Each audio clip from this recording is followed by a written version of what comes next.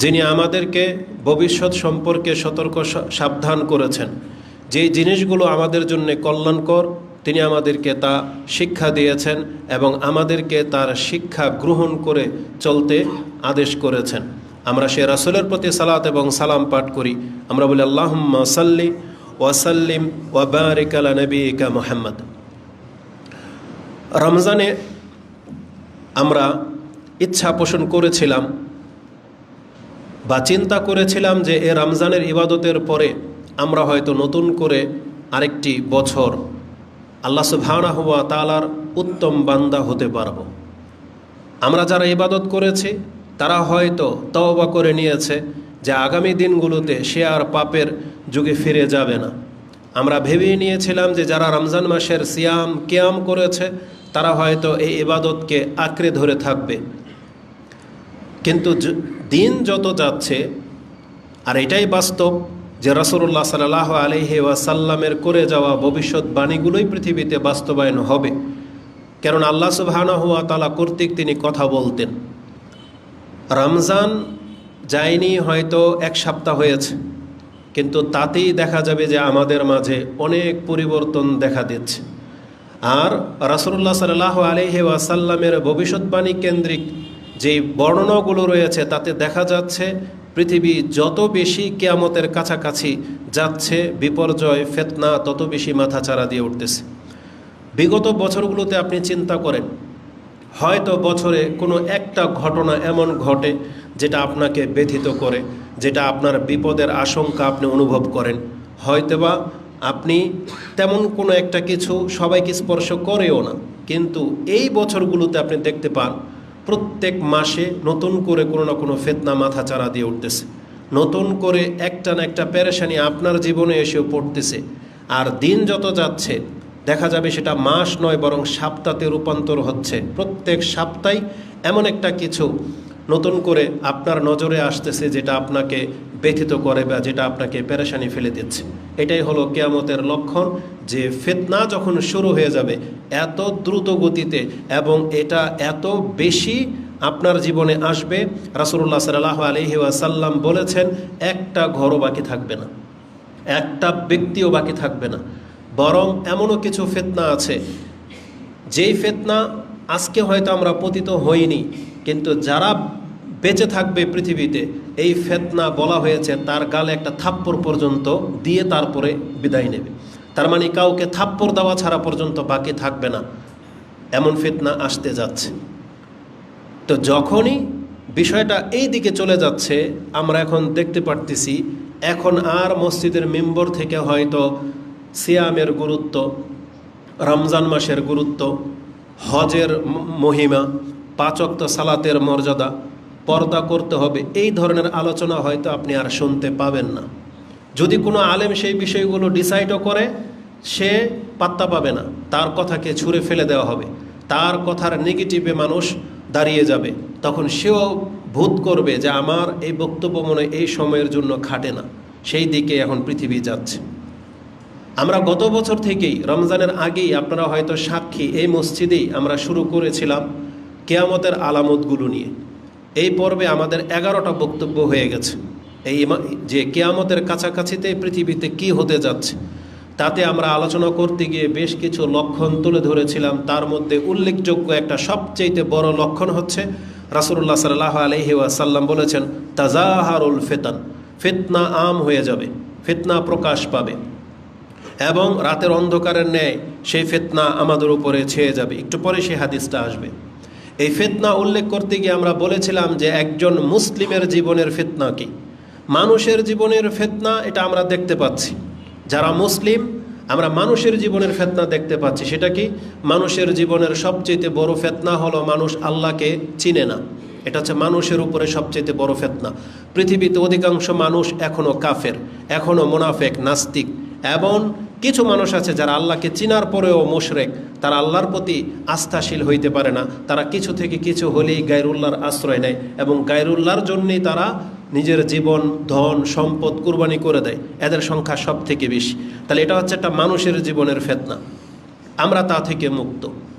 কিন্তু মুসলিম হওয়ার পর মুসলিমদের জীবনে যে ফিতনাগুলো রাসূলুল্লাহ সাল্লাল্লাহু আলাইহি ওয়াসাল্লাম উল্লেখ করেছেন, তার মধ্যে সবচেয়ে বড় ফিতনা হচ্ছে মুসলিমরা তার দিন থেকে মুখ ফিরিয়ে নেবে, ধর্ম পালন করা ছেড়ে দিবে।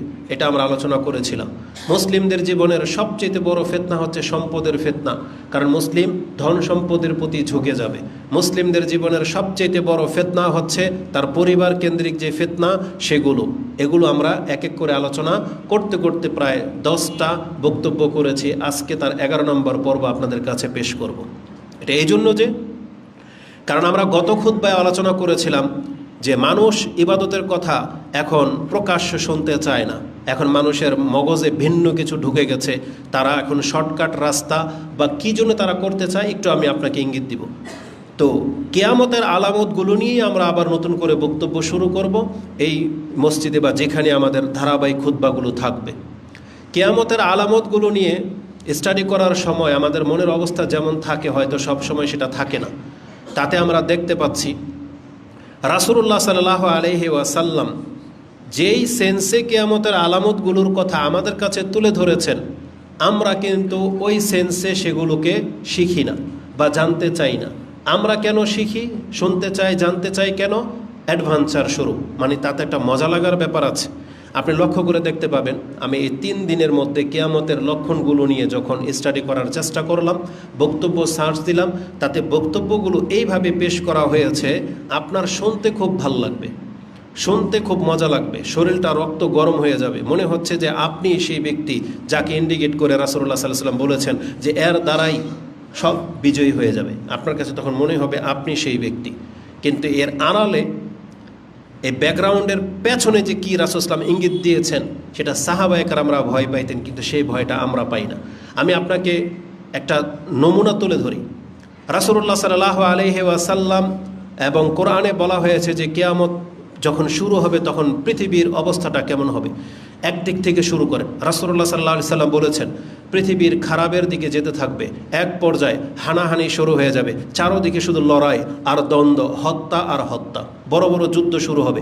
মালহামা, ইন্ডিয়ার সাথে যুদ্ধ, ফিলিস্তিনের সাথে যুদ্ধ, এই ইহুদি খ্রিস্টানদের সাথে যুদ্ধ। রাসূল বলেছেন সমস্ত খ্রিস্টানদের সাথে মুসলিমদের একটা যুদ্ধ হবে। তাদের 80টা দল 12,000 করে সৈন্যবাহিনী নিয়ে মুসলিমদের উপরে অ্যাটাক করবে। প্রথম দল শহীদ হবে, দ্বিতীয় দল শহীদ হবে, তৃতীয় দল গিয়ে বিজয়ী হবে। এ কথা যখন যুবকরা শোনে, তখন ওই যুবক মনে করে যে আমি তৃতীয় দলের একজন, প্রথম 2 দলের সেনা। কারণ যেহেতু প্রথম 2 দল তো মারা পড়বে, এটা জানিস। এই জন্য ও ফিল করতেছে আমি তৃতীয় দল, আমি রেডি হচ্ছি। আগে প্রথম 2 দল, এই সালাফি আহলে হাদিসরা, এই হুজুররা, যে যারা মেম্বার দাঁড়িয়ে কথা বলে, মাহমুদ বিন কাসেম, এরা যাক, আমরা তারপরে আসতেছি। আদনানকে নিয়ে, অমুককে নিয়ে, তমুককে নিয়ে আমরা পরে 3য় ধাপে আমরা আসব। এটা হচ্ছে অধিকাংশ যুবকদের টেন্ডেন্সি। রাসূলুল্লাহ সাল্লাল্লাহু আলাইহি ওয়াসাল্লাম বলেছেন সমস্ত মানে খ্রিস্টানকে আপনারা হারিয়ে দিলেন, খ্রিস্টানদেরকে হারাতে হারাতে ফুরাত নদীর স্বর্ণ বেরিয়ে যাবে। রাসূলুল্লাহ সাল্লাল্লাহু আলাইহি ওয়াসাল্লাম বলেছেন সেখানে যত মানুষ স্বর্ণের জন্য যাবে, পৃথিবীর মধ্যে এত হতাহতের ঘটনা কোনো যুদ্ধে ঘটবে না। রাসূল আমাদেরকে নিষেধ করেছেন যে তোমরা কিন্তু খবরদার সেখানে যাবে না। কিন্তু রাসূল বলেছেন কেন যাবে না? কারণ সেখানে 10 জন ব্যক্তির মধ্যে 9 জন মারা পড়বে। মানে মৃত্যুর সংখ্যাটা যে কত, রাসূল সাল্লাল্লাহু আলাইহি ওয়াসাল্লাম বলেছেন 1999 জন মারা পড়বে, হয়তো একজন, 1000-এ 10 জন ফেরত আসবে। তখন এগুলা শুনলে আপনার কি মনে হবে? ওই 10 জনের আমি একজন। তার মানে আমি হয়তো স্মরণ নিয়ে ফিরে আসবো, আমি হয়তো মরবো না, কারণ আপনি তো ট্যালেন্ট, আপনি তো মুসলিম যোদ্ধা আপনি। কিন্তু রাসূল নিষেধ করেছে যে তোমরা সেখানে যাবে না। কিন্তু আপনাদের ভালো লাগতেছে যে ফুরাত নদী স্বর্ণ বেরিয়ে যাবে, মানে মানে রক্তারক্তি হবে, 10 জন বেঁচে ফিরবে। তারপরে শুরু হয়ে যাবে দাজ্জালের ফিতনা, তারপরে মেহেদি, তারপরে ঈসা আলাইহিস সালাম আসবে, দাজ্জালের সাথে যুদ্ধ করে দাজ্জালকে হারিয়ে দিবে। তারপর পরেই শুরু হয়ে যাবে ইয়াজুজ এবং মাজুজ। ইয়াজুজ মাজুজ এসে পৃথিবীর সমস্ত কিছুকে, সমুদ্রের পানি পর্যন্ত খেয়ে ফেলবে। তখন আমি আর আপনি ঈসা আলাইহিস সালামের সাথে আশ্রয়, তার মানে আমরা মরি নাই এখন পর্যন্ত। যারা শোনে কিয়ামতের আলামত, তারা মনে করে এমনটাই যে আমি তখন ঈসা আলাইহিস সালামের সাথে। ইয়াজুজ মাজুজ যখন ধ্বংস হয়ে যাবে, তখন ওই যে বড় বড় ডালিম, যে একটা ডালিমের ছায়ার নিচে একটা বংশ আশ্রয় নিতে পারবে, একটা ডালিমের চোখা, এটা বাস্তব হবে পৃথিবীতে। একটা ওটের দুধ এক বংশ খাবে, আর কিছু লাগবে না। এক একটা ফল এত বড় বড় হবে। তখন আপনার কাছে কিয়ামতের আলামতগুলো এইরকম মনে হয়, আপনি যেমন ফিল করেন। কিন্তু এখানে রাসূলুল্লাহ সাল্লাল্লাহু আলাইহি ওয়াসাল্লামের কথা চিন্তা করে দেখেন, তিনি যখন কিয়ামতের আলামতের কথা সাহাবায়ে কেরামদেরকে শোনাতেন বা বলতেন, রাসূলের নিজের চরিত্র কি? তিনি এমন কোনো নামাজ আছে যে নামাজে তিনি দাজ্জালের ফিতনা থেকে আশ্রয় না চেয়েছেন? বলেন, আপনি যেখানে দাজ্জালের সাথে ডিফেন্স করার জন্য নিজেকে প্রস্তুত দেখতে পাচ্ছেন, আর এখানে আমাদের নবী মুহাম্মদুর রাসূলুল্লাহ সাল্লাল্লাহু আলাইহি সাল্লাম তিনি প্রত্যেক সালাতে তিনি সেই দাজ্জাল থেকে আল্লাহর কাছে আশ্রয় চাচ্ছেন। সাহাবা একরামদেরকে বলতেছেন, কাইফা বিকুম, কি হবে তোমাদের ওই সময় যখন আমি থাকবো না? কি হবে তোমাদের যখন চারদিকে ফিতনা শুরু হয়ে যাবে? কেমনে থাকবে তোমরা যখন তোমাদের চারদিকে খারাপ মানুষের সংখ্যা বেশি থাকবে? এটা হুযায়ফাকে বলা হতো, এটা বিভিন্ন আমর ইবনে আসকে বলা হতো, বিভিন্ন সাহাবেগীরদের বলা হতো যে কি হবে তোমাদের, জুবায়ের তোমাদের কি হবে সেই সময় যখন তোমাদের চারপাশে খারাপ মানুষ। রাসূল ভয় দেখাতেন, আর আপনি কিয়ামতের আলামত শুনে, ওই বক্তব্য শুনে আপনি সেই যুগটা চাচ্ছেন যে আল্লাহ যুদ্ধ লাগিয়ে দেখ ইহুদি নাসারাদের সাথে, তারপরে দেখুক আমি কি করি, এটাই চাচ্ছেন। শেষ পর্যন্ত খুতবা হয়তো অনেকে শোনে না। আমি অত বড় সাহস তো পাই না যে আমি আহলে হাদিসদের একজন বা প্রতিনিধি বড় কেউ। আমরা জানি যে আমরা ডাকলে কেউ আসবেন না, কিন্তু আমরা আপনাদেরকেও চিনে গেছি আপনারা কোন টাইপের আহলে হাদিস। আপনাদের বড় কোনো আলেম যদি কোনো ফতোয়া দেয় সেটাও আপনারা মানেন না, এটা আমরা দেখতে পাচ্ছি। এই জন্য আপনারা যে কার ফতোয়ার অপেক্ষায় আছেন, কে আপনাদের বড় আলেম আহলে হাদিসের মধ্যে, সেটা আপনারাই ভালো জানেন। কিন্তু আমরা দেখতে পাচ্ছি যার যেটা ভালো লাগে তাকে আপনি নিয়ে নিচ্ছেন। কিন্তু আমাদের অবশ্যই বিজ্ঞ আলেমদেরকে অনুসরণ করতে হবে, এটা বারংবারই বলতেছি, এখনও বলে যাব। ওই যখন এই যে পতন ঘটেছে একটা সরকারের, তখন এই কথাই বলেছি, এখন এই কথাই বলতেছি, আজকেও বলবো, আপনাকে রাস্তায় নামা জায়েজ নেই, আজকেও বলবো। যারা এই যে গণতন্ত্রের কেন্দ্র করে আপনি আওয়ামী লীগ করেন আর বিএনপি করেন আর জামাত করেন আর যাই করেন, আপনি হক পথে নাই, এটা আমি ছোট ব্যক্তি বলে দিলাম। এটা রেকর্ড হয়ে কিয়ামত পর্যন্ত থেকে যাবে, এ কথা লড়চড় হবে না ইনশাআল্লাহ। আমি এই পক্ষে যে এটা জায়েজ নাই। এখন আপনি নামবেন কোন ইস্যুতে নামেন, কিন্তু আমরা আল্লাহর কাছে এটা বলবো যে আল্লাহ বলেছিলাম, যাতে করে ঢিনাই করতে না পারে। কারণ আজকে আমাদেরকে গালি দেন, ওই হানাফি চরিত্রের কতগুলো চেহারা আছে, যা ইচ্ছা তাই ভাষায় আমাদেরকে গালাগালি করে। আমরা নাকি সুপার উস্তম, আমরা নাকি সুপার সালাফি, আমরা নাকি ফেতনাবাজ, আমরাই নাকি নামি না, আর এরা নাকি জিহাদ করে উল্টাই ফেলতেছে। নির্বুদ্ধদেরকে বলতে চাই, তাদের বড় ইমাম ওই তকি ওসমানী হাফেজাহুল্লাহ ইন্ডিয়ার, সে নাকি ডিক্লেয়ার দিয়েছে যুদ্ধ ফরজ। একটা হানাফি গেছে? বলেন কে গেছে বাংলাদেশ থেকে? তারা প্রচার করে, কিন্তু কোথায় কি করলো? তারা না বলতেছে যে সালাফি আলেমরা এর খেলাফ, খালি অনুমতি দিয়ে দিক, বর্ডার খুলে দিক। আপনার 3 কবর পূজারি তো ফিলিস্তিন ঘুরে চলে আসলো, ও কিভাবে গেল ফিলিস্তিন? আপনারা ওইভাবে যান, তোরা তো ওদের কাছ থেকে জেনে নেন। আর ও গিয়ে যুদ্ধ ছাড়া ফেরত চলে আসলো কেন? ওখানে গিয়ে আপনাদেরকে ডাকতো যে আসুন, যুদ্ধ ফরজ হয়ে গেছে, আমরা চলে আসছি, আমাদের অনুসারীরা চলে আসো। ও তারা ঘুরো ভিজিট করে দিয়ে, ও পিকনিক করে দিয়ে চলে আসলো। সব দোষ চাপিয়ে দিবে আমাদের উপরে। আল্লাহ সবাইকে চেনে, এটা আমরা বলতেছি। আল্লাহ সবার অন্তরের খবর জানে, কে দিনের জন্য কতটা করে। আমাদের জিহাদ কি? আমরা তো হানাফি মতবাদ থেকে যেগুলো বাতিল জানতেছি সেগুলো ছুঁড়ে ফেলে দিয়ে কোরআন সুন্নাহটাকে গ্রহণ করে নিয়েছি। কেউ কি বলতে পারবেন যে মার খাওয়ার ডরে রফিল দিন ছেড়ে দিয়েছি, আমিন বলা ছেড়ে দিয়েছি? এমন কোনো মসজিদ আছে আমাদেরকে বলতে পারবে যে এই মসজিদে আমাকে ডাকা হয়েছে যে খুতবা হবে হানাফিদের মতো, আপনি আসেন, আর সেখানে গিয়ে আমি হানাফিদের মতো খুতবা দিয়ে চলে আসছি? কোনো রেকর্ডকে প্রমাণ করতে পারবে? চিটাগাং এক মসজিদের মধ্যে আমি বলছি খুতবা দিলে যেভাবে আমরা হক মনে করি সেভাবে দিব, দিলে দিতে দেন, না দিলে আমি চলে যাব। আমাকে বলছে ঠিক আছে দেন, দেখা যাবে, দিয়ে চলে আসছি। হইচই লেগে গেল, কিন্তু কি হয়েছে? আমরা কি আমাদের মানহাজ গোপন করেছি? আমরা কি আমাদের পিঠ বাঁচিয়ে চলে আসছি? এক শ্রেণীর ওই বড় বড় আল্লামাদের মতো, যারা মানুষের কাছে এক রূপ আর ভিতরে তাদের আরেক রূপ, আমরা কি এটা করেছি? তাহলে আমরা জিহাদ করি না, করে কারা? আমরা তো প্রত্যন্ত অঞ্চলে দাওয়াতি কাজ যখন করি, আমাদের সাথে আপনারা যান না, আমরা একা সফর করি। বেবারিয়ার মতন কতগুলো কবর পূজারি এলাকার মধ্যে আমাদের বক্তব্য হয়েছে, আমরা সেখানে যাইনি? কি ঘটেছে এটা আমরা না জানি, আপনারা তো আমাদের সাথে থাকেন না। আজকে বাংলার জমিনে নারায়ণগঞ্জের সন্তান হয়ে আপনি বলেন তো দেখি, নারায়ণগঞ্জের কোন নেতা আছে যে কোরআন সুন্নাহ গ্রহণ করেছে? একটাও পাবেন না। কম পয়সাওয়ালা, কত পয়সাওয়ালা আছে যে যারা আহলে হাদিস মসজিদে এসে বলছে যে আপনারা হকের দাওয়াত দিতে থাকেন, আমরা আপনাদের পাশে আছি। কে কয় টাকা দান করে? আজকে আমরা যে উদ্যোগ নিয়েছি যে নদীর ওপারে আমরা কি নাম ব্যানার লাগাবো যে আহলে হাদিস অঞ্চল, কিন্তু আমাদের সমস্ত লোকগুলাই কোরআন সুন্নাহ মেনে চলা 150 জন আমাদের সাথে যুক্ত হয়ে গেছে। কিন্তু তারপরও কবর মাজার পূজারীরা বা মাঝহাবিরা আমাদেরকে নিয়ে ষড়যন্ত্র করবে। 3 দিন ঘুমাইতে পারি না, শুধু এই টেনশনে যে আমি নারায়ণগঞ্জের মধ্যে এমন একজন নেতার সাথে আমার সম্পর্ক নাই, হোক সে আওয়ামী লীগের, বিএনপির, কোনো দলের, একজন প্রশাসনের কোনো লোকের সাথে আমার নাম্বারও নাই, পরিচয় নাই, যে কাকে ডাকবো বিপদে, কেউ নাই, এক আল্লাহ ছাড়া আমাদের সাথে আর কেউ নাই। আপনাদেরকেও পাবো না, এটা আমরা জানি। তাহলে আমরা দিনের জন্য কতটুকু কষ্টের মধ্যে আছি সেটা আমরা ভালো বুঝি, কিন্তু আপনাদেরকে তো দেখা যাচ্ছে না, শুধু খালি স্ট্যাটাসের মধ্যে আর গালাগালি করা ছাড়া আর কী হবে।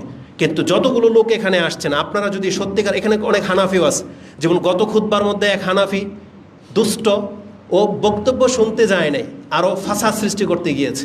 ও বক্তব্য শুনে এসে বলতেছে যে আজকের দিনটাই গেল বেকার, এসব ফাউল কথাবার্তা, কি এরা বক্তব্য করে, ফেতনাবাজ, এইসব করে স্ট্যাটাস দিয়েছে। এরকম কেউ থাকলে কান খাড়া করে শুনে রাখো। আহলে হাদিস মসজিদে আসলে কোরআন সুন্নাহর মানতে হবে, বুঝতে হবে, এই মেন্টালিটি নিয়ে তোমাকে আসা উচিত, ফেতনা ছড়ার জন্য না। আর তাদের বড় একজন হুজুর বক্তব্য দিয়েছে তাদের অনুসারীদেরকে, যে আহলে হাদিসদেরকে ঠেকান, এরা লামাজাবি, এরা যদি শক্তিশালী হয়ে যায় তোমাদেরকে কিন্তু কুচুকাটা করবে। সে উস্কিয়েছে কিভাবে জানেন? যারা রাজনীতি করেন রাজনীতিবিদরা শোনেন, যারা ইমামরা শোনেন, যারা বক্তাগিরি করেন বক্তারা শোনেন, এ আহলে হাদিস লামাজাবিরা যদি শক্তিশালী হয়ে যায়, আপনার বক্তব্য দেওয়া শেষ, আপনার ইমামতি শেষ, আপনার রাজনীতি শেষ। মানে কোনো পয়েন্টকে আর বাদ রাখে নাই, বুঝছেন, কোনো পয়েন্টকে বাদ রাখে নাই। এইভাবে না উস্কায়, এদের বক্তব্য শুনেই না এদের শ্রোতারা গিয়ে আহলে হাদিস মসজিদ ভাঙে, এরাই না করে এটা। কিন্তু আপনারা কেন প্রতিবাদ জানাইতে পারলেন না? আহলে হাদিস অঞ্চলগুলোতে যত হানাফি মসজিদ আছে তারা কেন বিবৃতি দেয় না যে আমরা আহলে হাদিসের মিডলে বাস করি? আজ পর্যন্ত কোনো আহলে হাদিস একটা হানাফির গায়ে টোকা দেয় নাই, এটা কেন প্রচার করা হয় না? একটা আহলে হাদিস কোনো ব্যক্তি, কোনো অঞ্চল, আমরা তো চাঁপাইনবাবগঞ্জে জানি, ওই উত্তরবঙ্গের প্রায় অঞ্চলগুলো আহলে হাদিসের, একটা ঘটনা ঘটেছে ইতিহাসে যে এটাকে হানাফি মসজিদকে ভেঙে দিয়ে তারা আহলে হাদিস বানায় ফেলছে। তাহলে এই মিথ্যাচারের জবাব কেন দেন না? এগুলো আমাদেরকে কেন বলতে হবে? তো বরং এরা উল্টা আমাদের উপরে অ্যাটাক করে, অত্যাচার করে, সব কিছু করে, এটা আমরা দেখতে পাচ্ছি। কিন্তু আমাদের পক্ষে হয়ে কেন? দুঃখের কথাগুলো বললাম এই জন্য যে নারায়ণগঞ্জে যে আমরা কিছু একটা করে দেখাবো, অধিকাংশ আহলে হাদিস বলতেছেন মুখে, তারপর করেন আপনি আমলিক করেন, আপনি বলতেছেন আমি কোরআন সুন্নাহর দাওয়াত পেয়ে গেছি, এখন আমলিক নেই, আপনি আবার লেজুর ধরছেন বিএনপির সাথে। আপনাকে কোনো না কোনো একটা দলের সাথে থাকতেই হবে। কেন কেন আপনি কোরআন সুন্নাহকে এই মিম্বর থেকে কে কথা বলা হয় নাই যে গণতন্ত্র হারাম? কেন আপনাকে বলা হয় নাই যে এই রাজনীতিক একটা দল আরেক দলকে মারা যাবেন, এটা হারাম, মুসলিমের রক্ত ঝরানো হারাম? বলা হয় নাই লুটতারাজ করা, রাস্তাঘাট বন্ধ করে দেওয়া, এটা কি সালাফি আলেমদের বক্তব্য না? তার মানে আপনি তাহলে কোথায় গ্রহণ করলেন? আপনি তো আপনার মিজাজ ভিত্তিক চলেন। এখন পর্যন্ত আপনি কিছু হলে রাস্তা বন্ধ করে দেন, বাস গাড়ি সব ভাঙচুর করে দেন, কিছু হলে রাস্তায়। এটা কার শিক্ষা? যারাই শিক্ষা দেয়, যারা আপনাদেরকে মাঠে নিয়ে নামে, তারা সালাফি আলেম, তারা কোরআন সুন্নাহ দিয়ে বক্তব্য দেয়, তাহলে তাদের পেছনে পেছনে আপনারা ঘুরেন কেন? কোন সালাফি আলেম ফতোয়া দিয়েছিল বড় যে আসো মাঠে নামি? কে বলেছিল এটা? সৌদি আরবের বিজ্ঞ ওলামা যারা কিবারুল ওলামা, তাদেরকে প্রশ্ন করা হয়েছে, তারা ডাইরেক্ট বলতেছে এইভাবে বিক্ষোভ করা ইসলামে জায়েজ নেই। তার মানে তাদের ফতোয়া নিয়ে চলবেন না, তা আপনি কাদের ফতোয়া নিয়ে চলেন? যারা নিজেকে আহলে হাদিস বলতে ঘৃণা করে, যারা নিজেদেরকে কোনোদিন আহলে হাদিস পরিচয় দেয় না, বরং উল্টা প্রশ্ন উত্তর করলে এমন উত্তর দিবে যে আহলে হাদিস ঘায়েল হয়ে যাবে, হানাফি মাযহাব টিকে যাবে, অথচ নিজেকে সে হানাফিও বলে না প্রকাশ্যে। এমন এমন ব্যক্তিদের পেছনে ছোটেন। কাদের দল ভারী হয়েছে? শুডাউন যে করবে, কাদের দল ভারী হয়েছে? কি হয়েছে ফিলিস্তিনের এটাতে আপনি বলেন? হ্যাঁ হয়েছে, অনেক মানুষকে দেখিয়েছেন। এটা করতে গিয়ে আরেকটা কি করেছেন? সৌদি আরবের বাদশার মানে উপরে দিয়ে দিয়েছেন আপনার রাগ। একটা মন্দ লোকের কারণে আজকে এতগুলো প্রবাসীর উপরে এটার একটা বিরূপ প্রতিক্রিয়া হতে পারে। তবে আমরা আল্লাহর কাছে দোয়া করি, আল্লাহ সৌদি আরবের শাসকের উপরে তুমি এতটুকু বিচক্ষণতা দান করো, তারা যেন আমাদের এই নির্বুদ্ধের কারণে আমাদের বাংলাদেশের মুসলিমদের প্রতি যেন তাদের বিরূপ কোনো ধারণা তৈরি না হয়। বলেন আমিন। কারণ আমরা সবসময় বলি সৌদি আরবেও খারাপ কাজ হয়, পৃথিবীর সব দেশেই খারাপ কাজ হয়, কিন্তু বর্তমানে ইসলামের পক্ষে বা সঠিক কোনো ইসলাম তুলনামূলক যদি থেকে থাকে সেটা আজও পর্যন্ত সৌদি আরবে আছে, নাকি নাই? তারপরে মুসলিমদের উপকারার্থে সৌদি আরব যতটা আগে এগিয়ে আসে, কোন রাষ্ট্র এত আগে এগিয়ে যায়? কে এত বড় ভূমিকা পালন করে? অতএব আমাদের সাথে আপনাদেরকে আমরা ব্যক্তিগত, আমি তো সৌদি আরব 10 বছর ছিলাম না, আপনি জানেন না আমাদের সাথে কি হয়েছে। জীবনে কোনো দিন বলবেন বা মানে শুনছেন যে আমরা বলছি সৌদি আরবের পোলাপান কি খারাপ নাই? ডিম ছুঁড়ে মারে না, পানির বোতল দিয়ে ঢিলা দেয় না, দাঁড়িয়ে ধরে টান দেওয়া হয় নাই, ধাক্কা দেয়নি, থাপ্পড় দেয় নাই আমাদেরকে, কিন্তু কোনোদিন বলেছি? কেন করি নাই? কারণ এটা ন্যাশনালিটি, জাতীয়তাবাদ, এটা সবার মধ্যে আছে, ওদের মধ্যে আছে, ওরাও জালাস ফিল করে, ওদেরও খারাপ ইতর লোক আছে, চোটবাটপার আছে। কিন্তু তাই বলে কি আমরা আজ পর্যন্ত কোনোদিন বলছি আমরা কি সৌদি আরব থেকে সেগুলো নিয়ে আসছি? আমরা সেখান থেকে ভালো কিছু নিয়ে আসছি। কি নিয়ে আসছি? কোরআন এবং সুন্নাহ দিয়ে ধর্ম পালন করতে হবে, সেটা নিয়ে আসছি। আমরা ওদের মধ্যে উগ্রতাবাদী তো নিয়ে আসি নাই, নাহলে আপনার অস্তিত্ব থাকতো না, আপনাদেরও। তাহলে আমাদেরকে ভালো কিছু শিক্ষা দেওয়া হয়েছে, সে ভালোটা নিয়ে আসছি, আমরা ওদের থেকে খারাপটা কিছু নিয়ে আসি নাই। তো কথা হচ্ছে যে এদেরকে সরকারের উচিত এদেরকে আইডেন্টিফাই করে এদেরকে বিচারের আওতায় নিয়ে আসা, এবং সৌদি রাষ্ট্রের পক্ষ থেকে বলা উচিত যেটা আমাদের এরা ভুল করেছে, এটার জন্য আমরা ক্ষমা প্রার্থী। তবে মুসলিম হিসাবে আমরা আপনাদের সাথে আছি। আমরা যেমন ফিলিস্তিনের আমাদের ভাই, সৌদি আরবও আমাদের ভাই, একই তো জিনিস। একটাকে রক্ষা করতে গিয়ে আরেকটাকে আপনি ছোট করতেছেন। যে ইন্ডিয়ার মুসলিমকে বাঁচাতে গিয়ে এখন বাংলাদেশে যদি আপনি বলেন আহলে হাদিস মসজিদ রাখবো না, তাহলে আপনার মতো এত নির্বোধ আর কে আছে বলে? নিজের দেশে ইসলাম পালন করতে পারেন না, নিজের দেশে, আর আপনি উল্টায় পাল্টায় ফেলবেন। আমি জানি এই কথাটা আবার অনেকের গায়ে লাগবে। ইদানিং দেখতেছি যে ফিলিস্তিনের কিছু অসুস্থ লোক বাংলাদেশে ট্রিটমেন্টের জন্য আসতেছে, তাই না? তাদেরকে খুব ভিআইপি টাইপের ভাবে চিকিৎসা দেওয়া হবে, আল্লাহ তাদেরকে তৌফিক দিক, দোয়া করি। এই দৃশ্য যখন বাঙালি কোনো এমন ব্যক্তি যখন দেখবে যে চিকিৎসার অভাবে মরে যাচ্ছে, যার ঘরে খাদ্য নাই, এই বাঙালির ফরিয়াদ কি থাকবে আল্লাহর কাছে? যে আল্লাহ, এই বাংলাদেশের নির্বুদ্ধের অবস্থা দেখো, নিজের ঘরের পাশের রুগীর চিকিৎসা হয় না, টিকিট পাই না টাকা ছাড়া, আর তারা ফিলিস্তিন থেকে রুগী এনে চিকিৎসা করে বাহবা নিচ্ছে, এটাই না বলবে? বাংলাদেশের দরিদ্রদের অবস্থা কি আপনি জানেন? আপনি গিয়ে দেখেন ইমার্জেন্সি কক্ষগুলোর মধ্যে দুর্নীতির কত আখড়া, এই মানুষগুলো চিকিৎসার জন্য কত বেশি নাজেহাল অবস্থায় আছে। তাহলে তাদেরকে আগে দেন, এটা আমরা বলবো।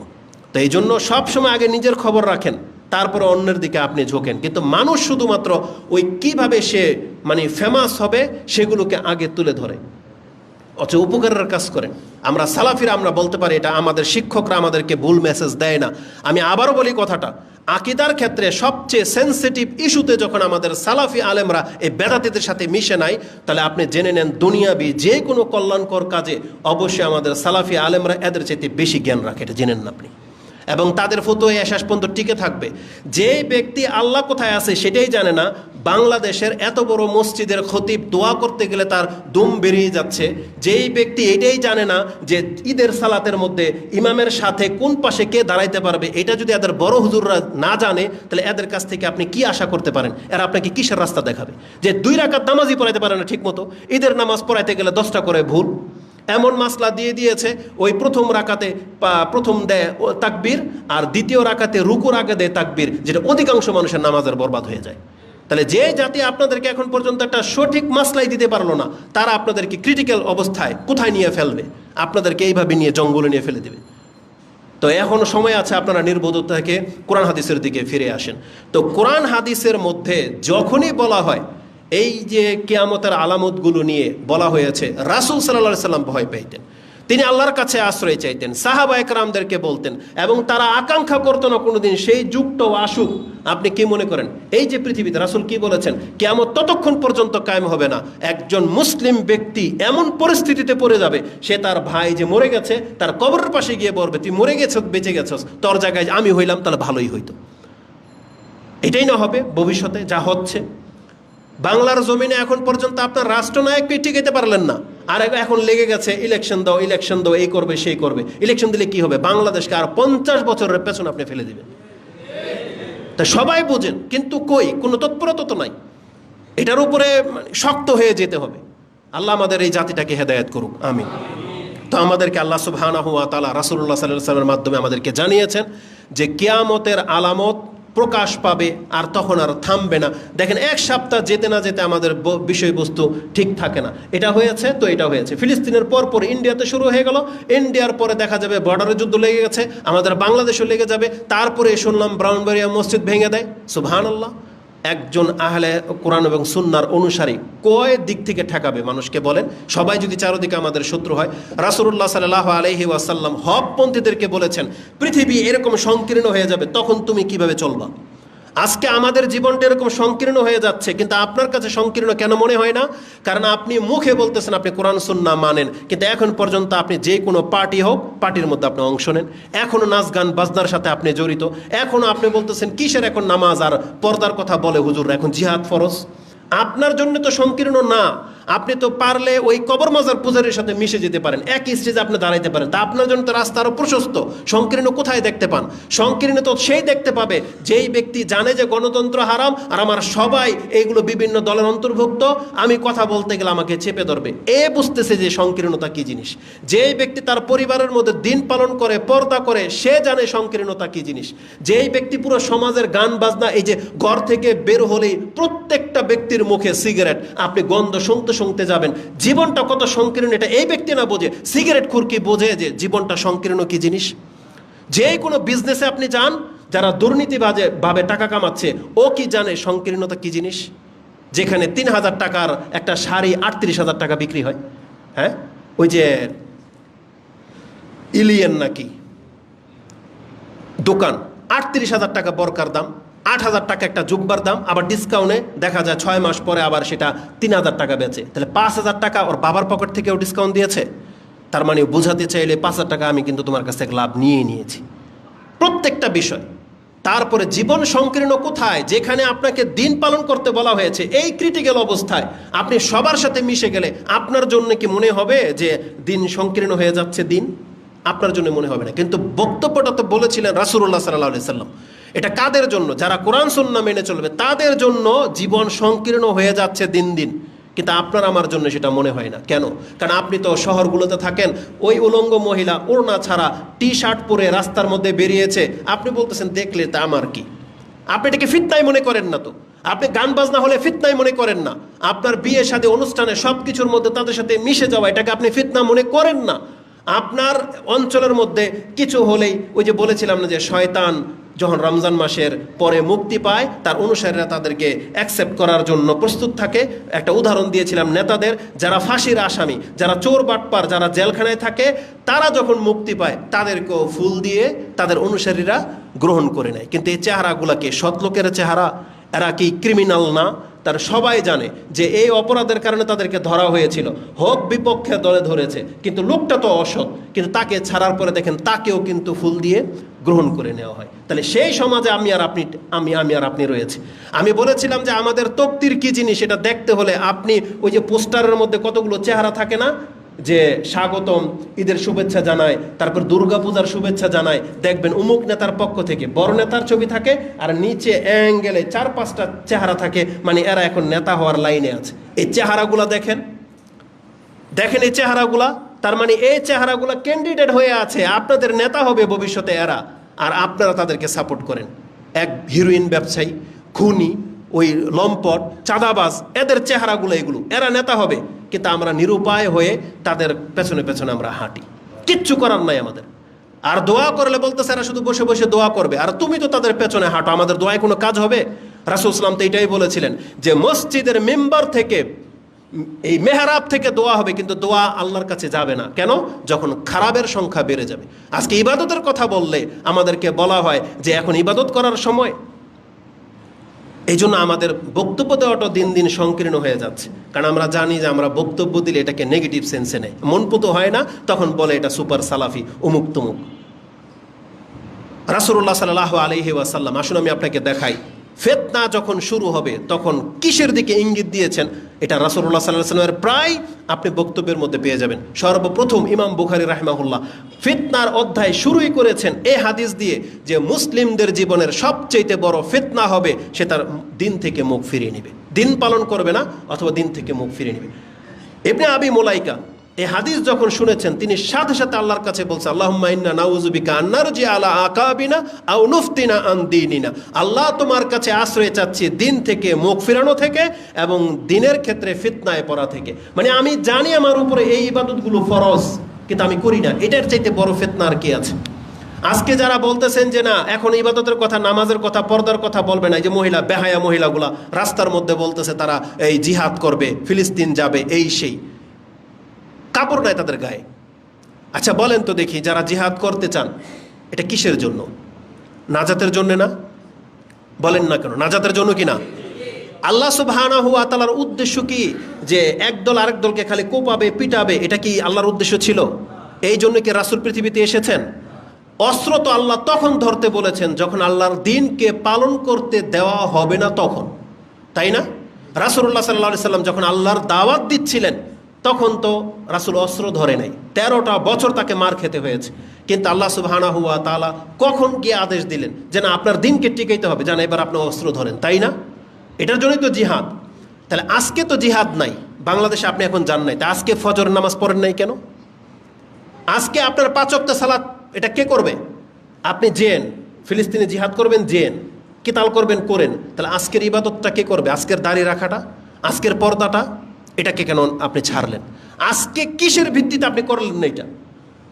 তার মানে আপনি শুধু একজনকে মারতে চাচ্ছেন, অথচ আল্লাহ সুবহানাহু ওয়া তাআলা কি ইসলামের এটা বিধান করে নাই যে একজন মানুষকে যদি কেউ অন্যায়ভাবে হত্যা করে সমস্ত মানুষকে হত্যা করে দেওয়ার শামিল? আর ইহুদি নাসারারা এটা করে, ওরা তো আল্লাহকে মানে নাই, তোরা কি কোরআনের কথা মানবে? কিন্তু আপনি তো কোরআনকে মানছেন, তাহলে আপনি আল্লাহর বিধানকে মানেন না কেন? আজকে কিছু থেকে কিছু হলেই আপনি নেট খুললেই দেখা যায় 10 টাকার জন্য কেউ কাউকে মেরে দিচ্ছে। পারিবারিক ঝগড়া, শ্বশুর বউকে জুতা দিয়ে পার দেয়, ওই যে ব্রাহ্মণবাড়িয়া লেগেই আছে, একে অপরকে বল্লম বর্ষা দিয়ে মানে ছোড়াছুরি চলতেছে, প্রায় দিনের ঘটনা। রাজনীতিকে কেন্দ্র করে, টেন্ডারবাজিকে কেন্দ্র করে প্রতিদিনের ঘটনা। এখন পর্যন্ত চাঁদা কালেকশন করা হয়, ভিডিও করা হলে মারপিট প্রতিনিয়ত চলতেছে। ছোট মাথায় একটা কথা বলে দিই, আপনি জেনে নেন, বাংলার জমিনের পুলিশ ধরেন বড় হাইওয়ান, বুঝেন তো, বড় জানোয়ার ধরে নেন পুলিশ, বড় বড় আপনার নজরে সবচেয়ে বড় জালেম পুলিশ। কিন্তু তারপর আপনার উচিত হলো পুলিশকে তার আপন মর্যাদা ফিরিয়ে দেওয়া। জানেন, ডিফেন্সের লোকদেরকে আপনার উচিত, রাষ্ট্রের উচিত পুলিশকে তার আপন পাওয়ার, আপন মর্যাদা ফিরিয়ে দেওয়া। কারণ সে জুলুমের উপরে থেকেও সে দেশের রাষ্ট্রকে কন্ট্রোল করতে সক্ষম। কিন্তু যখন তার পাওয়ার, তার মর্যাদা আপনি ছিনিয়ে নিয়েছেন, এই জন্য পুলিশের সামনে অন্যায় হলে পুলিশ বলতেছে যে আমার কিচ্ছু করে না, ও তো আমার মানে না। পুলিশ ট্রাফিক একটা অপরাধীকে ধরেও বলতেছে একবার খবর লইলাম, এইভাবে বলতেছে ভিডিও। পুলিশ অসহায় হয়ে দাঁড়িয়ে আছে। কেন এটা এমন হয়েছে? যেই দেশের ডিফেন্সকে এতটা লাঞ্ছিত করে দেওয়া হবে, সেই জাতি আপনাকে কে বাঁচাবে? ধরে নেন আপনাকে এই যে চাঁদাবাজিরা, সন্ত্রাসীরা, ডাকাইতে ধরলো, এর পুলিশ ছাড়া কে বাঁচাবে? কিন্তু আপনি তো পুলিশকে একবারে হেয় করে দিয়েছেন, তার কোনো মর্যাদা দেন নাই, তাকে কোনো কিছু আপনি পাওয়ার দেন নাই। পুলিশ আসলেও যদি ডাকাত, এই সন্ত্রাসী, চাঁদাবাজরা যদি বলে আপনারা কারা, এতদিন কোথায় ছিলেন, আপনারা তো স্বৈরাচারের দলের ছিলেন, এই কথা বলে যে তাদেরকে লাঞ্ছিত করেন, তাদের কষ্ট হবে না? তারা কি আপনার ডিফেন্সে এগিয়ে আসবে? তারা দেখবে যে আমরা যদি এখন প্রচেষ্টার সাথেও কাজ করি, তাও আমাদেরকে সরকারের দালালি সেজে থাকতে হবে, তাহলে আমরা খামাখা দরকারই কি এদের ঝামেলায় যাওয়ার? না, এখনো সময় আছে। বাংলাদেশের মুসলিমদের উচিত, রাষ্ট্রের নায়কের উচিত পুলিশকে তাদের আপন মর্যাদা ফিরিয়ে দেওয়া এবং ভালো মানুষদেরকে পুলিশের নিয়োগ দেওয়া এবং তাদেরকে পাওয়ারফুল করে দেওয়া, যে পুলিশের একজন লোক উপস্থিত হয়ে গেছে, এখানে প্রত্যেকটা লোক থেমে যেতে বাধ্য। তাইলে দেখবেন দেশে শান্তি ফিরে আসবে। চোর বাটপার এত বড় সাহস পাবে না। তবে জেনে নেন, পুলিশ যত বড় জানোয়ার হয়ে যাক না কেন, ওই চাঁদাবাজের চাইতে অত বড় জানোয়ার না। জেনে নেন, ডাকাতের চাইতে অত বেশি ক্ষতিকর তারা না। অবশ্যই তাদের মর্যাদা তাদেরকে ফিরিয়ে দিতে হবে। এটা দেখলে আমাদের কষ্ট হয়, কারণ পুলিশ তাদেরকে একটা ড্রেসের মধ্যে, সে একটা ড্রেসের মধ্যে আছে। একটা ভুল মানুষ হতেই পারে, তারাও জুলুম করেছে, অন্যায় করে, এখনও তারা চাঁদাবাজি করে, কিন্তু তারা বললে তার একটা মান নাই। সে মানটা তাকে ফিরিয়ে দেন, দেশের শৃঙ্খলা আস্তে আস্তে ঠিক হয়ে যাবে ইনশাআল্লাহ। বলেন ইনশাআল্লাহ। আল্লাহ তৌফিক দান করুন। আর আমরা কোনোদিন কোনো পুলিশের সাথে, কোনো ডিফেন্সের কারোর সাথে আমরা বেয়াদবি করি নাই, করবো না, সেটা যে কোনো দলের লোক হোক না কেন। কারণ আমাদেরকে আল্লাহ সুবহানাহু ওয়া তাআলার ভয় করে চলতে হবে। আমাদের সালাফি আলেমের দিক নির্দেশনা এটাই যে আমরা রাষ্ট্রপক্ষে সে যত বড় বাটপার হয়ে যাক না কেন, তাদের সামনে প্রকাশ্যে আমরা বদনাম করার জন্য পৃথিবীতে আসি নাই। তাদের জবাব এটাই, যেমন তাদের পতন ঘটেছে, যারাই আসবে আবার জুলুম করবে আমাদের উপর, আল্লাহ আবার কাউকে না কাউকে দিয়ে, জালেমকে দিয়েও তাদেরকে আল্লাহ পতন ঘটাবে, এটা আল্লাহর ওয়াদা। আমি আশ্চর্য হয়ে যাই মুসা আলাইহিস সালামের ঘটনাটা। এই যে আমাদের সাথে আজকে দলিল প্রমাণ কিছু আপনাকে উল্লেখ করলাম না। আমি যখন পেরেশানিতে পড়ে যাই, আমাদের সাথে ষড়যন্ত্র করে জমি কেনার ক্ষেত্রে, তখন মুসা আলাইহিস সালামের কথাটা আমার চিন্তা আসে, আমি আর আপনি আল্লাহকে চিনতে পারিনি, আসলে আল্লাহকে চিনতে পারিনি, কোনোদিন পারবো না আল্লাহ সুবহানাহু ওয়া তাআলার হিকমা বুঝতে। আপনি আল্লাহর ক্ষমতা, টেকনিক, আল্লাহর কৌশল দেখেন। যে ফেরাউন চেয়েছিল একটা পুরুষকেও রাখবে না, কিন্তু আল্লাহ যেহেতু চেয়েছিল মুসাকে বাঁচাবে, সেই ফেরাউনের ঘরেই, ফেরাউনের দ্বারাই আল্লাহ মুসাকে আবার লালন পালন করিয়েছেন। কত বিস্ময়কর ব্যাপার এটা, কত বিস্ময়কর। আমলিক সরকার থাকতে এতটা ক্ষমতাবান তাদেরকে মনে হয়েছিল, আমরা কি কোনোদিন কল্পনাও করেছি যে তারাও পতন ঘটবে? কিন্তু আল্লাহ সুবহানাহু ওয়া তাআলা করে দেখিয়েছেন। এই জন্য যারা পরবর্তীতে ক্ষমতায় আসতে চাচ্ছেন, আপনি আল্লাহ সুবহানাহু ওয়া তাআলার পাকড়াওটাকে ভয় করেন। আল্লাহর টেকনিক কিন্তু খুব সূক্ষ্ম, আল্লাহর কৌশল সবার ঊর্ধ্বে।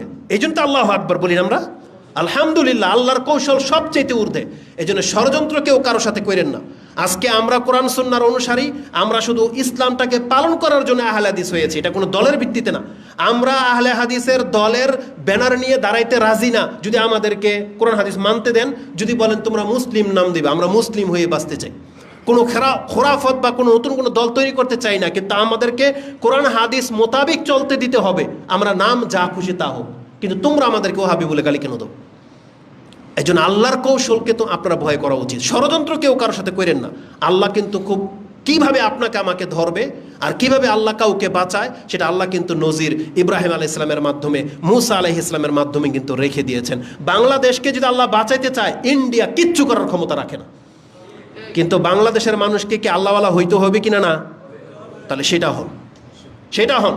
আমাদের উচিত খালি আল্লাহওয়ালা হয়ে যাওয়া। আর আল্লাহ কিভাবে আমাদেরকে বাঁচাবে, এটা কাজটা আপনি আল্লাহর কাছে ছেড়ে দেন। কারণ আল্লাহ বলছে তোমরা আমার অভিমুখী হও, এই পৃথিবীটাকে তোমাদের পায়ের তলা আমি আল্লাহ রেখে দেবে, এটা আল্লাহ ওয়াদা করেছে। এই জন্য আমাদেরকে আগে মুসলিম হতে হবে। এই জন্য অবশ্যই আমাদেরকে আমাদের দিনের দিকে ফিরে আসতে হবে। আজকে যদি আমরা সত্যিকার অর্থে মুসলিম হইতাম, বাংলাদেশে আপনি জেনে নেন, ইন্ডিয়াতে একটা মসজিদও ভাঙার সাহস ওরা দেখাতো না। কিন্তু ওরা বুঝে গেছে যে বাংলাদেশের মুসলিমরা খালি অযথা খালি চিৎকার করতে পারবে, চিল্লাতে পারবে, ওরা আমাদের কিছুই করতে পারবে। এই ভয়টা ওদের অন্তর থেকে কেটে গেছে। কিন্তু ওদেরকে ভয়টা আবার নতুন করে জাগাতে হবে আমাদেরকে। আমাদের দিনকে পালন করতে হবে। আজকে যদি আমরা করে দেখাইতে পারতাম, তাহলে ওরা একটা মসজিদের ইটের মধ্যে হাত দেওয়ার সাহস পেত না। এবং এটা আপনি নজির বাংলাদেশ থেকে নিয়ে নেন। যারা হানাফি মাযহাবের, আমি একটা পোস্ট করেছিলাম, হানাফি মাযহাবের বড় আলেমদের দিকে যাবে এই যারা মসজিদ ভাঙে। কেন বলছে? কেন? কারণ তারাই এদেরকে উস্কায়, তারাই এদেরকে ভুল মেসেজ দেয়, তারা আহলে হাদিস সম্পর্কে এত ধরনের মিথ্যাচার করে। আচ্ছা আপনি বলেন তো দেখি, আপনার এলাকায় এসে যদি আমি বলি যে এই লোকটা এ তো আপনার নবীকে মানে না, আপনার রক্ত গরম হবে না? তারা ঠিক এই মিথ্যাচারটা করে। তারা বলে আমরা নাকি আল্লাহর রাসূলকে মানি না, আমরা বিলে ওহাবি মানে ইহুদিদের দালাল, আমরা বিলে উমুক তুমুক। একটা সাধারণ মানুষ যখন এই কথা শোনে, ওর গায়ে লাগবে না? বিনা কোনো চিন্তা ভাবনায় ও আপনার উপরে অ্যাটাক করে বসবে। আমার তখন কি কথাটা মনে হয়, যখনই দেখি কোনো আহলে হাদিস একটা মসজিদকে ভাঙা হয়েছে, আহলে হাদিস কোনো একটা ব্যক্তিকে মারা হয়েছে, আমার আলী রাদিয়াল্লাহু তাআলা আনহুর কথাটা মনে পড়ে যায়। আলী রাদিয়াল্লাহু তাআলা আনহু যিনি হচ্ছেন খোলাফায়ে রাশেদের একজন, ওসমান রাদিয়াল্লাহু তাআলা আনহু খোলাফায়ে রাশেদের একজন, জান্নাতে সার্টিফিকেট প্রাপ্ত ব্যক্তি, রাসূল সাল্লাল্লাহু আলাইহি ওয়াসাল্লামের মেয়ের জামাই, তাদেরকে হত্যা করা হয়েছে কিসের ভিত্তিতে? মুরতাদ ফতোয়া দিয়ে। কি ভেবে? বলছে আলী কাফের হয়ে গেছে, আলী মুনাফেক, ওসমান কাফের হয়ে গেছে। তাদেরকে কুফরি ফতোয়া দিয়ে এরা বাতিলপন্থী হয়ে গেছে। এই বাতিল তহমত দিয়ে তাদেরকে হত্যা করা হয়েছে। আপনাকে আমাকে ছাড়বে? আকীদা ভ্রষ্ট হলে এটার ভয়াবহতা যে কত, তার বাস্তব প্রমাণ আলী রাদিয়াল্লাহু তাআলা আনহু, তার বাস্তব প্রমাণ ওসমান রাদিয়াল্লাহু তাআলা আনহু। মানুষ বদ আকীদার হলে কি না করতে পারে। তাহলে এই সমস্ত হানাফি যারা নিজেদেরকে নামকরণ করে, তারা যদি কোরআন সুন্নাহ না বোঝে, তারা ঠিক তাদের দ্বারা, তাদের উস্কানির দ্বারা এইভাবে কত মুসলিমের রক্ত যে ঝরবে, কত মুসলিমের মসজিদ যে তারা ভাঙবে, এটার কোনো আয়তা নেই। তারা পারলে আপনাদেরকে হত্যা করে দিবে। তারা বলে এই কথা, আমরা তাদেরকে হত্যা করে দেব। কোনোদিন আমরা কোনো আহলে হাদিস কোনোদিন অস্ত্র ধরবে না, কারণ আমরা জানি একটা মুসলিমের গায়ে হাত তোলাটা হচ্ছে এটা একটা বড় পাপের কাজ। এটা আমরা জানি, আমাদেরকে শিক্ষা দেওয়া হয়েছে। আমাদের দ্বারা কোনো হানাফি মসজিদ ভাঙা হয়নি আজ পর্যন্ত, আর হবেও না। কিন্তু এদের দ্বারা যা খুশি তা হতে পারে। এই জন্য আকীদাকে ঠিক করেন, আগে মুসলিমের রক্তের মর্যাদাকে বোঝার চেষ্টা করেন। নাইলে আপনাকে আমাকেও ওই আলী রাদিয়াল্লাহু তাআলা আনহুর মতন হত্যা করে দিতে তারা দ্বিধা করবে না, যেটা বাংলার জমিনে ঘটতেছে। আল্লাহ আমাদেরকে বোঝার এবং সে অনুযায়ী আমল করার তৌফিক দান করুন। আমিন। আকুলু লিকাউলি হাযা আস্তাগফিরুল্লাহ লি ওয়া লাকুম ওয়া লিসাইরিল মুসলিমিন ফাস্তাগফিরু ইন্নাহু হুয়াল গফুরুর রহিম।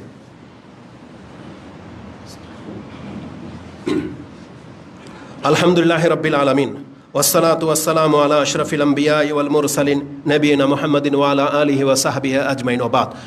5 মিনিটের মধ্যে যে বিষয়টা খুতবাটা রেডি করে নিয়ে আসছিলাম সেটা হচ্ছে এই, দেখেন আমাদেরকে আল্লাহর দিকে ফিরে আসতে হবে। যে আকীদা গ্রহণ করেছেন, আকীদাটাকে শুদ্ধ করেন, আর আকীদার উপর ভিত্তি করে আপনি আমলে লেগে যান, আমলকে গুরুত্ব দেওয়ার চেষ্টা করেন। আমলবিহীন কিন্তু আমরা নাজাত পাবো না। রাসূলুল্লাহ সাল্লাল্লাহু আলাইহি ওয়াসাল্লাম তিনি ফিতনার কথা বলেছেন এবং ফিতনার সময় তিনি আমাদেরকে আমলের দিকেই বেশি গুরুত্ব দিয়েছেন। আসুন একটা হাদিস আমি আপনাকে শুনিয়ে দিই। রাসূলুল্লাহ সাল্লাল্লাহু আলাইহি ওয়াসাল্লাম বলেছেন যে বাদিরু বিল আমালি ফিতানান কাকিতিল লাইলিল মুসলিম, রাতের আধারের ন্যায় যখন ফিতনা তোমাদের উপরে ছেয়ে যাবে তার আগে তোমরা আমল করে নাও। তার মানে বোঝা যাচ্ছে যে ফিতনা মানুষের আমলকে থামিয়ে দেয়। এখান থেকে একটা দলিল পাওয়া যায়।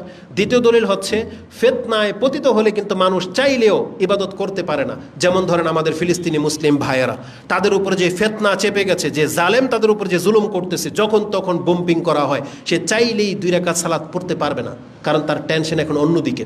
সে চাইলেই নিজের ফরজ নামাজটুকু পর্যন্ত ঠিকমতো জামাতে আদায় করতে পারবে না, পারছে না তারা। তার মানে ফিতনা যখন চেপে যায় তখন কিন্তু ইবাদত খুব খুব কঠিনভাবে ক্ষতিগ্রস্ত হয়। আমরা আল্লাহ সুবহানাহু ওয়া তাআলার কাছে দোয়া করি, আল্লাহ সুবহানাহু ওয়া তাআলা ফিলিস্তিনের মুসলিমের উপর থেকে আল্লাহ এই জালেমদেরকে তুমি উৎখাত করে দাও। ফিলিস্তিনি মুসলিমদেরকে আল্লাহ তুমি তাদের মধ্যে যারা ইন্তেকাল করেছে আল্লাহ তাদেরকে তুমি শহীদের মর্যাদা দিয়ে দাও এবং তাদেরকে ঘুরে দাঁড়ানোর তৌফিক দান করো এবং আমাদের পুরো মুসলিম বিশ্বটাকে আল্লাহ সুবহানাহু ওয়া তাআলা তুমি হিতাহিত জ্ঞান দান করো, যাতে করে এরপরে আমরা আমাদের মুসলিম ভাইদের হত্যার বদলা নিতে পারি এবং আমাদের সন্তানদেরকে আল্লাহ তুমি মুজাহিদ হিসেবে এই পৃথিবীতে টিকিয়ে থাকা প্রতিষ্ঠিত করার তৌফিক দান করো, আমিন। তো রাসূলুল্লাহ সাল্লাল্লাহু আলাইহি ওয়াসাল্লাম বলেছেন যে ইবাদত আমাদেরকে করতে হবে, কারণ ফিতনা চলে আসলে ইবাদত আর করা হবে না। ইবাদতের গুরুত্ব কতটা আপনাকে জানেন? একটা হাদিস বলি, যদিও হাদিসটাকে নাসিরউদ্দিন আলবানী একটা বর্ণনায় দুর্বল বলেছেন, আরেকটা বর্ণনায় তিনি হাসান সাক্ষী পেয়েছেন বিধায় হাসান পর্যন্ত সাপোর্ট করেছেন যে হাদিসটা গ্রহণযোগ্য। হাসান সনদে রয়েছে। মিশকাতে হাদিসটা আপনি 5366-তে পেয়ে যাবেন, আর হাদিসটা মূলত তিরমিজিতে রয়েছে। তিরমিজিতে হাদিসটি 2476-এ রয়েছে। আলী রাদিয়াল্লাহু তাআলা তিনি বলতেছেন, একদিন আমরা রাসূল সাল্লাল্লাহু আলাইহি ওয়াসাল্লামের সাথে বসা ছিলাম, তখন মুসাব ইবনে উমায়ের তিনি মসজিদে ঢুকেছেন, তার গায়ে শুধু একটা চাদর, যে চাদরের মধ্যে কয়েকটা তালি লাগানো ছিল, একটা পুরানো জীর্ণ শীর্ণ চাদর। রাসূল সাল্লাল্লাহু আলাইহি ওয়াসাল্লাম মুসাব ইবনে উমায়েরের দিকে তাকালেন এবং কেঁদে দিলেন, কারণ রাসূলুল্লাহ সাল্লাল্লাহু আলাইহি ওয়াসাল্লাম মুসাব বিন উমায়ের জীবনী জানতেন যে মুসাব বিন উমায়ের কত শান শৌকতে বড় হওয়া একটা যুবক, যার কত দামি দামি কাপড় চোপড় ছিল, এটা রাসূল সাল্লাল্লাহু আলাইহি ওয়াসাল্লাম জানতেন যে আজকে ইসলাম গ্রহণ করার কারণে মুসাবের এই অবস্থা, কিন্তু ইসলাম ছাড়ে নাই, ওই সমস্ত সম্পদ ত্যাগ করে দিয়ে এখানে চলে আসছে, কিন্তু আজকেও একটা তালি দেওয়া একটা চাদর পরে আজকে আমার সামনে বসে আছে। এটা দেখে রাসূল সাল্লাল্লাহু আলাইহি ওয়াসাল্লাম কাঁদছেন। কেঁদে তিনি আমাদেরকে একটা ভবিষ্যৎবাণী শুনিয়েছেন। তিনি বলেছেন, কাইফা বিকুম, এই যে দেখেন এই ভাষাটা, কি হবে তোমাদের যখন এই পরিস্থিতি আসতে যাচ্ছে, পৃথিবীর অবস্থাটা এমন হবে। কাইফা বিকুম ইজা গাদা আহাদুকুম ফি হুল্লাতিন ও রাহা ফি হুল্লা, একটা সময় পৃথিবীতে আসতে যাচ্ছে, এত সম্পদের মালিক আল্লাহ মানুষকে করে দেবে যে সে দিনের বেলা সকালবেলা যে জামা পরে বের হবে, বিকালবেলা সেটার সে পরবে না, বিকালবেলা আরেক জোড়া সে পরে বের হবে। এতটা নেয়ামতে তারা থাকবে এবং তাদের সামনে ওদেয়াত, তাদের সামনে পেশ করা হবে বিভিন্ন পেয়ালা, মানে বিভিন্ন আইটেমের খাবার, আবার এটাকে সরিয়ে নেবে, খালিটা আবার আরেকটা দেবে। আমরা গেলে কি করে, তখন প্রথম ফল দেয়, দুপুরের খাবার দেয়, তারপর আবার চায়ের ব্যবস্থা থাকে। এই দেখেন প্লেট চেঞ্জ হচ্ছে। আমরা সেই নিয়ামতের মাঝে এখন বসবাস করি। আমাদের প্রত্যেকেরই অসংখ্য জোড়া জামা কাপড় আছে, মহিলাদের তো আলমারি ভরা। শুরু হয়ে গেছে সেই যুগ। রাসূল বলেছেন যে এমন একটা যুগ আসতে যাচ্ছে। আলী রাদিয়াল্লাহু তাআলা তিনি বলেন, ইয়া রাসূলুল্লাহ, যদি এমন অবস্থা মুসলিমদের হয় তাহলে এটা আমাদের তো আরো ভালো কল্যাণকর। কি সেন্সে তিনি কি বলেছেন শুনেন। তিনি বলেছেন, ফাকালু ইয়া রাসূলুল্লাহ নাহনু ইয়াউমাইযিন খায়রুম মিনাল ইয়াউম, তাহলে তো ওই সময় আমরা আজকের চাইতে বেশি কল্যাণের মধ্যে থাকব। কেন? নাতাফাররাগু লিল ইবাদাতি, আমরা তখন ইবাদতের জন্য ফ্রি হয়ে যাব। ওয়া নুকফা আল মুউনাতা, এই যে আজকে যে আমরা রিজিকের জন্য অনেক সময় মাঠে ঘাটে সময় দেই, যুদ্ধ করি, তারপরে নিজের পেটের খাদ্যের অভাবের কারণে অনেক ইবাদত আমরা করতে পারি না বা কঠিন পরিস্থিতির মধ্যে আছি, তখন তো এটা থাকবে না। আমাদের ঘরে অঢেল খাদ্য, তখন আমরা সারাদিন আল্লাহর ইবাদতের মধ্যে লিপ্ত থাকব। এটা কে বলতেছে? একজন সাহাবী, আলী রাদিয়াল্লাহু তাআলা। তার মানে কি বুঝাতে চাইলাম? তাদের কাছে ইবাদতটাই হচ্ছে সবচেয়ে মুখ্য বিষয়। এই ইবাদতের জন্যই তারা জিহাদ করেছে, মদিনা বানিয়েছে, নিজেদের একটা সুরক্ষা এলাকা করেছে যেখানে ইবাদত করতে কেউ বাধা দিতে পারবে না। কিন্তু বাংলার জমিনে ইবাদত করার যোগ্য একটা ভূমি থাকা সত্ত্বেও আজকে অধিকাংশ মুসলিমের ইবাদত থেকে মুখ ফিরিয়ে নিয়েছে। অধিকাংশ মুসলিম আল্লাহর ইবাদত করেন না, মসজিদে আসেন না, দাড়ি রাখেন নাই, নামাজ পড়ে না, পর্দা করে না, এটা বাংলার জমিনে। অথচ এই ফিল্ডটা পুরো ইবাদতের একটা মার্কাজ ছিল, কিন্তু আমরা ছুঁড়ে ফেলে দিয়েছি। রাসূলুল্লাহ সাল্লাল্লাহু আলাইহি ওয়াসাল্লাম তার কথা শুনে তিনি কি বলতেছেন শোনেন। ফাকালা রাসূলুল্লাহ সাল্লাল্লাহু আলাইহি ওয়াসাল্লাম লা আনতুমুল ইয়াউম, বরং আজকে তোমরা উত্তম, খায়রুন মিনকুম ইয়াউমাইজিন, ওই দিনের তুলনায় এই যে যেই দিন পৃথিবীতে নেয়ামত ভরে যাবে, অঢেল খাদ্য থাকবে, সেই দিনের মানুষের তুলনায় আজকে তোমরা ভালো আছো। কেন বলেন তো? এটা হচ্ছে আমাদের বাস্তব প্রমাণ। আজকে আমাদের কাছে খাদ্য আছে, ইবাদত নাই। আর তাদের কাছে খাদ্য ছিল না কিন্তু ইবাদত ছিল। এই জন্য রাসূল বলেছেন যে আজকে তোমরা ভালো আছো, যদিও খাদ্যে ঘাটতি আছে, যদিও তোমরা অভাবী, কিন্তু তোমরা ইবাদতে পরিপূর্ণ। কিন্তু এমন একটা সময় আসবে তোমাদের এই পৃথিবীবাসী নাজ নেয়াজের মধ্যে থাকবে, অসংখ্য রিজিকের মাঝে থাকবে, কিন্তু তাদের মধ্যে ইবাদত থাকবে না। এই জন্য আমাদের চাইতে তারা বেশি শ্রেষ্ঠ। এটা রাসূলুল্লাহ সাল্লাল্লাহু আলাইহি ওয়াসাল্লামের বাস্তব প্রমাণে এটা বোঝা যায়। রাসূলুল্লাহ সাল্লাল্লাহু আলাইহি ওয়াসাল্লাম আমাদেরকে জানিয়েছেন যখন ফিতনা শুরু হয়ে যাবে তোমরা তখন কি করবে? ফিতনার সাথে মিশে যাবে। রাসূল বলেছেন ওই সময় তোমাদের জন্য দায়িত্ব, তোমরা ইবাদতে মশগুল থাকবে। রাসূলুল্লাহ সাল্লাল্লাহু আলাইহি ওয়াসাল্লাম বলেছেন ইয়াকুল আল ইবাদাতু ফিল হারাজ কা হিজরাতি ইলাইয়া, যেই ব্যক্তি ফিতনার সময় ইবাদতকে শক্ত করে আঁকড়ে ধরবে তার উদাহরণ হলো আমার কাছে হিজরত করে ফিরে আসার সমতুল্য। এজন্য আমাদের মুসলিম ভাইদেরকে বলবো, জীবনের মধ্যে যত বড় ট্র্যাজেডি চলে আসুক না কেন, বাংলার জমিনে যত বড় ফিতনা চলে আসুক না কেন, আপনি আপনার 5 ওয়াক্ত সালাতকে আগে ঠিক করেন। আপনি 5 ওয়াক্ত সালাতকে ঠিক করেন। মহিলাদেরকে বলো আপনি আপনার পর্দাটাকে ঠিক করেন। এই পৃথিবীতে আমরা সবাই মরবো, আমাদেরকে কেউ না কেউ মেরে দেবে, নাহলে আমরা মরবো, কিন্তু আল্লাহর কাছে আমাদেরকে কি পরিচয় উঠতে হবে? মুসলিম পরিচয় উঠতে হবে। কারণ মুসলিম ছাড়া কেউ জান্নাতে যাবে না। এই জন্য আমাদের মা বোনদেরকে বলতেছি, মহিলাদেরকে বলতেছি, মুখের লাগামটাকে একটু টেনে ধরেন, আল্লাহর বিপক্ষে কথা বইলেন না। আপনারা যারা ফিল্ম ইন্ডাস্ট্রির মধ্যে আছেন, যারা নাচ গান খেলতামশা নিয়ে আছেন, আপনারা চরম বিপদের মধ্যে আছেন। মরলে যে কি হবে আপনাদের, কেউ হয়তো আপনাদেরকে তওবার দিকে ডাকে না, কিন্তু আমরা মুসলিম ভাই হিসেবে বলতেছি তওবা করে নেন, তওবা করে নেন, আল্লাহর রাস্তা ধরে নেন। মরার আগে হলো তওবা করে নেন, নাজাত পেয়ে যাবেন মুসলিম হিসেবে। এই জন্য এই প্রকাশ্য ফাহেসা থেকে আমরা তাদেরকে উঠে আসার আহ্বান জানাবো। তবে আল্লাহর দিনকে বিজয়ী আল্লাহ যাকে তাকে দিয়ে করাবে। জেনে নেন, হিটলার 60,000 ইহুদিকে হত্যা করেছিল। 60,000 না 60 লাখ? 6 লাখ, 60 লাখ। তাহলে হিটলার কি জান্নাতি? তাহলে হিটলার যদি 60 লাখ ইহুদিকে হত্যা করেও জান্নাতে হইতে না পারে, আপনি বেনামাজি হয়ে 10টা ইহুদিকে মারলেন, জান্নাত পেয়ে যাবেন? তাহলে আপনি আগে জান্নাতি হন। আল্লাহর কাছে তামান্না করেন, আল্লাহ এই হাত দিয়ে অন্তত একটা ইহুদি খ্রিস্টানকে হত্যা করার তৌফিক দিয়ে দাও। কিন্তু এই হাত যেন আল্লাহর কাছে গ্রহণযোগ্য হয়, সেটার আগে দোয়া করেন। এই জন্য আগে এই হাত আল্লাহ যেন কবুল করে। আমি মারতে পারি আর না পারি, ইচ্ছা তো আছে, কিন্তু আপনি আল্লাহর কাছে এটা বলেন, আল্লাহ আমি কোনো ইহুদিকে হত্যা করতে পারলাম আর না পারলাম, কিন্তু আল্লাহ তুমি আমাকে মাফ করে দাও, তুমি আমাকে গ্রহণ করো। আমাদেরকে এই মেন্টালিটি রাখতে হবে। তারপর ইনশাআল্লাহুল আজিজ আমরা যদি আমাদের দিনের জন্য, আমাদের দেশের জন্য যদি কিছু করতে পারি, এটা আমাদের এক্সট্রা বেনিফিট। ওটার মাধ্যমে আমরা আল্লাহর কাছে শহীদের মর্যাদা চাবো, আমাদের পাপগুলো মাফ হয়ে যাওয়ার ফরিয়াদ করব। কিন্তু আজকে আমাদেরকে আগে সেই তামান্নাটা রাখতে হবে যে আমি মুসলিম, এবং মুসলিম হয়ে আমি কাফেরদেরকে হত্যা করব। না হলে হিটলারের মতো বেদিন হয়ে যদি 60 লাখ ইহুদিকে আপনি হত্যা করে দেন, তারপরে কিন্তু আপনি জান্নাত পাবেন না। এই জন্য আমাদের মেসেজ থাকবে, আপনি বোঝার চেষ্টা করেন, আগে নিজে নাজাতের চেষ্টা করেন। আগে নিজের নাজাতটা কিসে আছে সেটার দিকে আগে দেখেন। ওই সমস্ত ওই বকবাজ বক্তাদের পেছনে ছুইটেন না, যারা বড় বড় লেকচার দেয় কিন্তু এখন পর্যন্ত কিন্তু ফিলিস্তিন তারা যুদ্ধ করতে যায়নি। এই জন্য আপনি ধোঁকা খেয়ে যেন না। আমরা তাদের কথায় ধোঁকা খাই না, আমাদেরকে গালি দেন, সহ্য করে নিচ্ছি। আল্লাহ আমাদেরকে হেদায়েত দান করুক, আমিন। আমি আর কথাকে লম্বা করব না, শুধু এতটাই বলবো, আমরা আল্লাহর কাছে দোয়া করতেছি, আল্লাহ এই কাফেরদেরকে, একটা কাফেরদেরকে তুমি ছেড়ে দিও না। আল্লাহুম্মা লা তাজার আলাল আরদি মিনাল কাফিরিনা দাইয়ারা, আল্লাহ একটা কাফেরকে তুমি পৃথিবীতে ছেড়ে দিও না। আর এটা আল্লাহর ওয়াদা যে আল্লাহ বলছে আমি ছাড়বো না। রাসূল সাল্লাল্লাহু আলাইহি ওয়াসাল্লামের হাদিস স্পষ্ট, ইহুদিদের সাথে মুসলিমদের যুদ্ধ হবে এবং ইহুদিদের বিপক্ষে গাছ পাথর কথা বলবে যে ইয়া মুসলিম। দেখেন ভাষাটা কি, পাথর বলবে ইয়া মুসলিম, ইয়া মুমিন, হাযা ওরাইয়াল ইয়াহুদ উকতুলহুম, বলবে মুসলিম তুমি আসো, আগে মুসলিম হন। মুসলিম হলে পাথর আপনাকে ডেকে বলবে যে এই যে ইহুদিওকে হত্যা করো। এই জন্য আমরা বলতেছি আগে মুসলিম হন, নিজেকে আগে পরিচয় দেন আমি মুসলিম। তারপর ইনশাআল্লাহ দেখবেন যে আমাদের দ্বারা ইনশাআল্লাহ আল্লাহ কাফেরদেরকে নাস্তানাবুদ করে দেবে ইনশাআল্লাহ। আল্লাহ আমাদেরকে তৌফিক দান করুন। আমরা আল্লাহর কাছে দোয়া করি, আল্লাহুম্মা আহসিহিম আদাদা, আল্লাহ তাদের প্রত্যেকটাকে গনে গনে রাখো, ওয়াক্তুলহুম বাদাদা, এবং তাদের প্রত্যেক প্রত্যেকটাকে আল্লাহ তুমি হত্যা করো, তাদের একজনকেও ছেড়ে দিও না। ওয়ালা তুবকি মিনহুম আহাদা, আল্লাহ একটা কাফেরকেও তুমি পৃথিবীতে ছেড়ে দিও না।